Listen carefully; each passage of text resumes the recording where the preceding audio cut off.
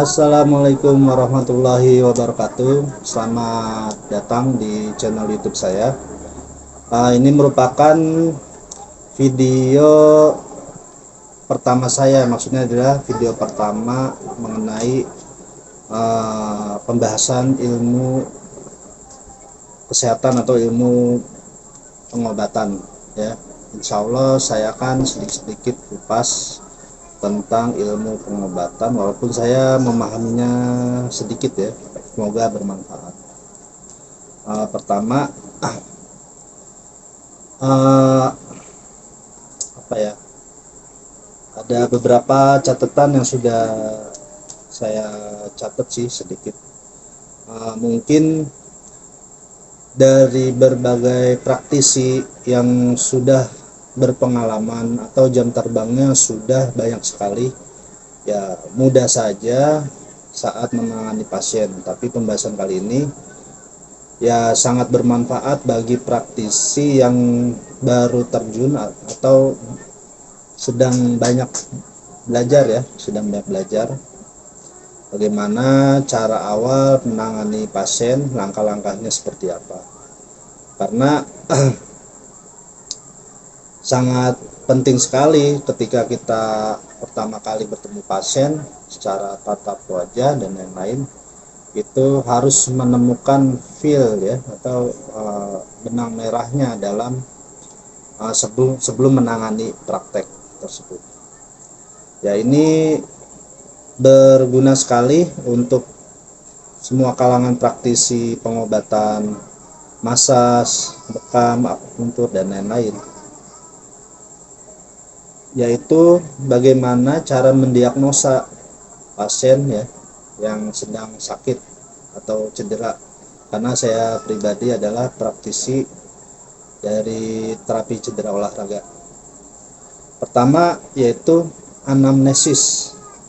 Apa itu anamnesis? Yaitu mendengarkan cerita pasien yang sedang sakit ya.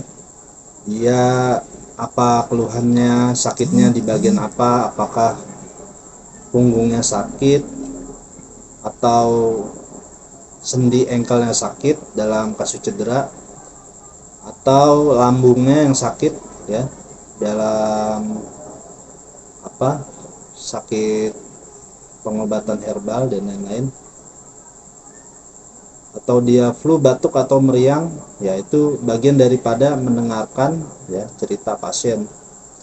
Sudah berapa hari ya, kita tanyakan sudah berapa hari sakitnya, cederanya, atau kadang sudah ada yang sakit 1 bulan, 1 tahun dan lain-lain ya. Dalam ketika dia sakit 1 bulan itu ya kita tanyakan sudah berobat apa saja, terapinya apa saja, sehingga kita tahu gitu.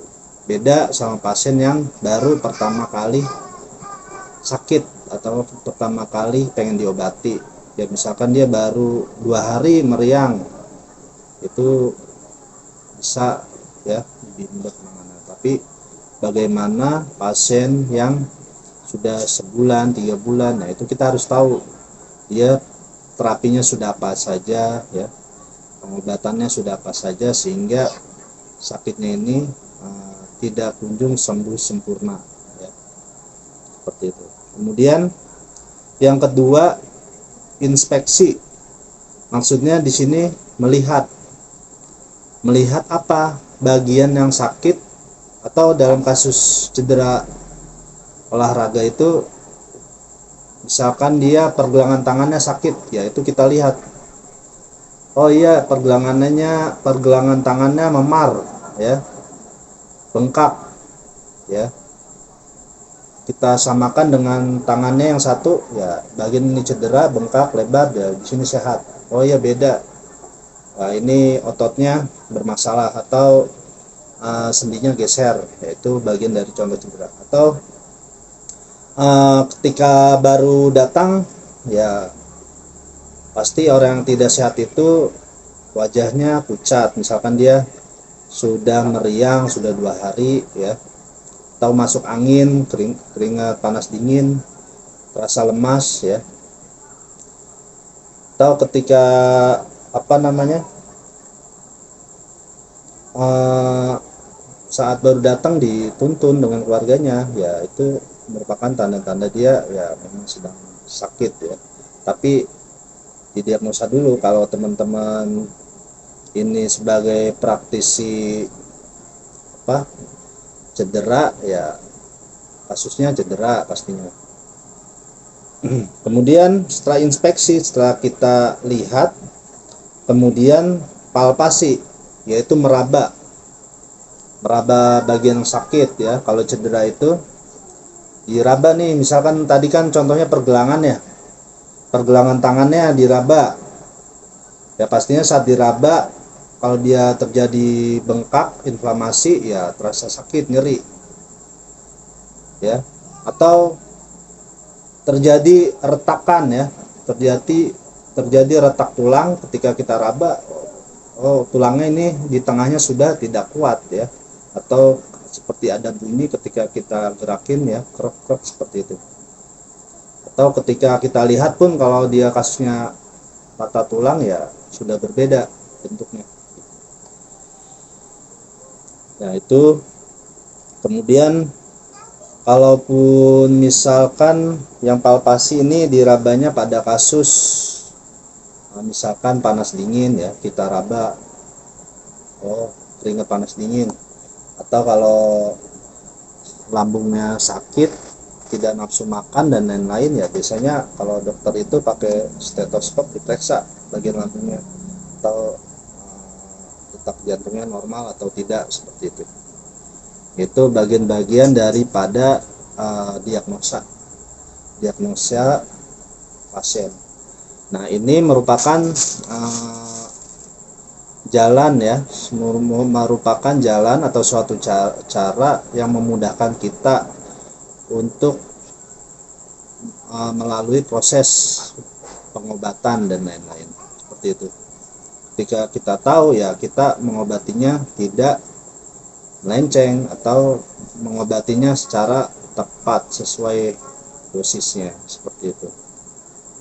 Nah, jangan lupa teman-teman ya, saat kita melakukan pengobatan ya kita harus memotivasi pasien kita, memotivasi untuk sembuh ya, untuk dia salah satunya untuk dia selalu ingat kepada Sang Pencipta Allah SWT, bahwa sakitnya ini merupakan bagian nikmat ya dari Yang Maha Kuasa, atau bisa juga sakitnya ini merupakan gugurnya dosa-dosa manusia ya. Nah, ini perlu ya motivasi ini, karena apa, nanti ada korelasinya pengobatan ilahi dan pengobatan manusia ya, seperti itu. Terima kasih, semoga bermanfaat.